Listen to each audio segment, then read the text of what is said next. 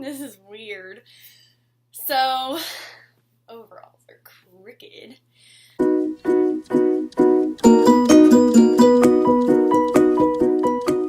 So, it's been a while since I've posted on this channel, my YouTube channel. The last time I posted me was when I was in Africa, and that was back in 2015. Since then, I have graduated college. AlliePox, a BA in English.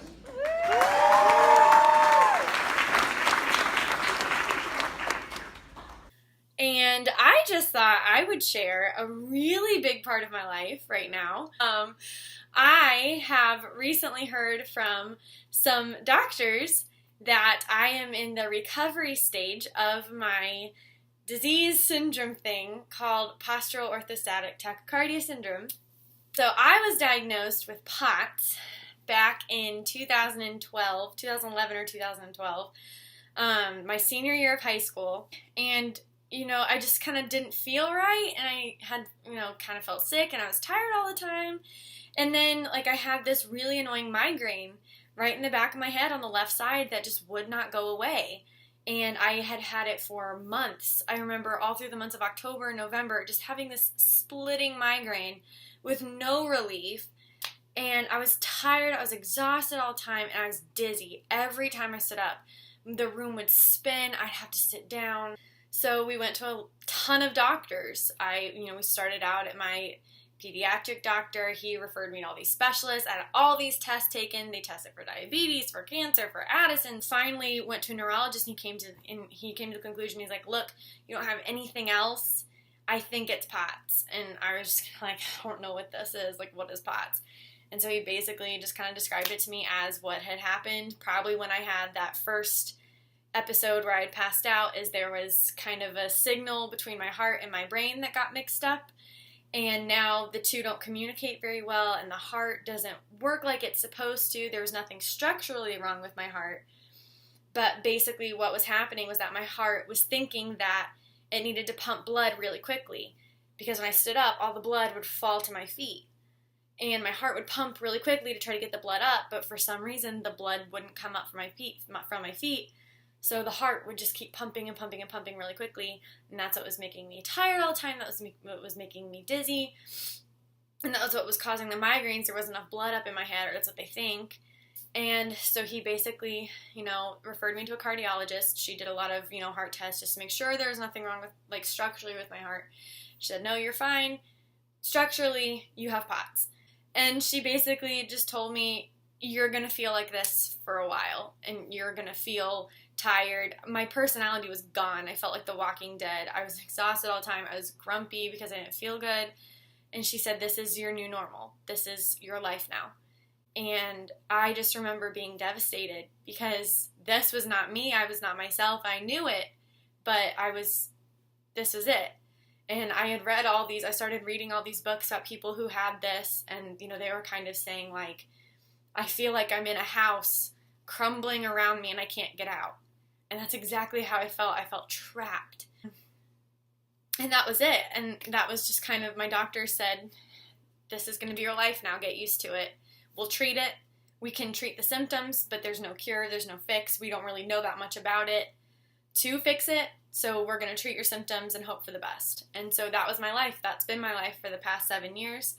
Thankfully, things did get better. I did learn to cope with it. I did go through a time of really serious depression around the time of my senior year, and after I graduated through that summer and into, I took a gap year between high school and college, and around that time I worked at a school, which was really great, but I did suffer through a lot of depression during that, and then I started college.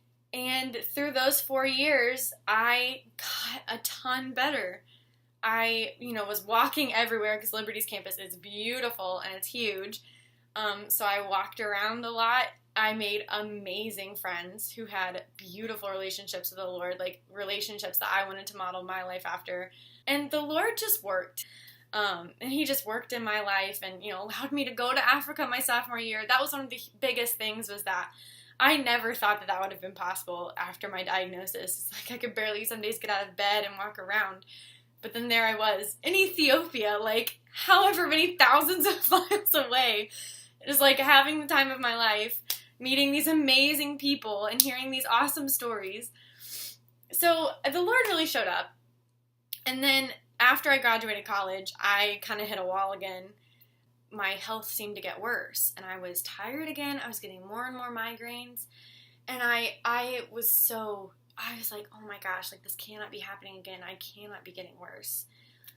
And so I made an appointment with my neurologist. I went in to talk to her, and I was like, you gotta help me. I was like, you can't tell me that this is getting worse. Like, do I need to go up on my medicine? Like, what's going on? And she actually looked at me and said, I actually think the opposite.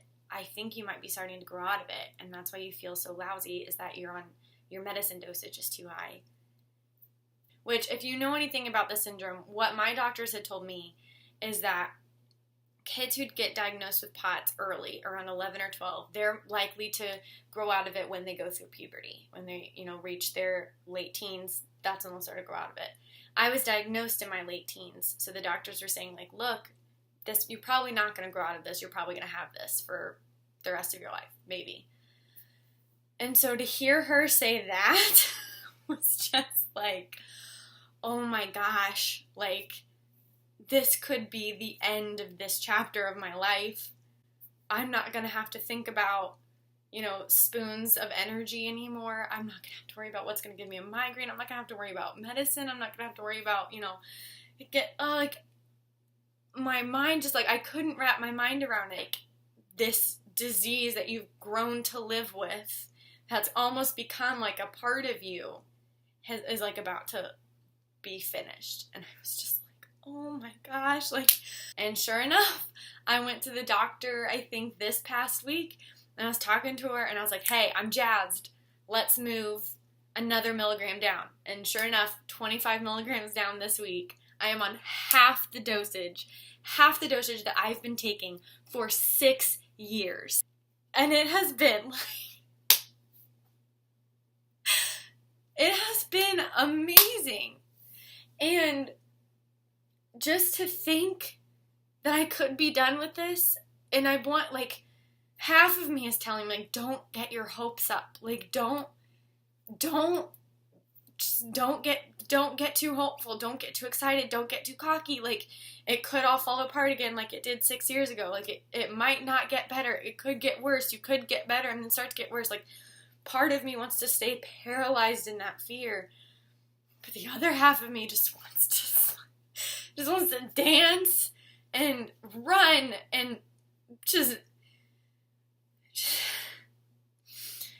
be defiantly hopeful that I could be done with this. And that's just what I wanted to share with you guys.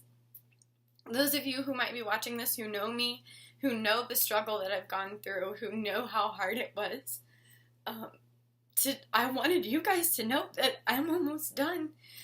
And that this is a huge triumph in my life. And for those of you who don't know me, but who might be going through something like this right now, who might be at the beginning stages of this, or right in the middle of it, or maybe even beautifully at the end of it, I want to say, like, healing is, I promise you, you will get stronger. You don't think you will. You don't think you can ever get used to this. You can. You are stronger than this disease.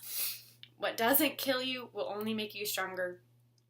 You need to let it make you better, not better. But I just want you to know that it's going to make you strong. You may not feel that now. You may feel like, I don't think I'm ever going to get better. And honestly, you may not. But I had learned, I was at peace with it. I was like, you know what? I'm strong enough to deal with this. I'm strong enough to work with this. And that this syndrome, this disease, whatever this thing is that's happened to me that no one knows about, I'm not going to let this beat me. I'm not going to let this be the chain that holds me back from doing what I want to do. But I just wanted to give you all an update on what's happening in my life, how freaking excited I am that this story of my life. Like, I'm thankful for it, and I'm also really glad to close this chapter, be done with it, put it up on the shelf, bind it up in my book, and move on. Like, let's go to the next chapter. But thank you all for watching and for caring about my story and updating. Please share this with people who you think might need to hear my story, who might need to hear some words of encouragement. I don't know if I'm very encouraging, but who might just need, a story to hear that, that someone out there is doing okay. And so I'm just going to end on that note. Thank you guys for watching, and I hope you have a great rest of your day.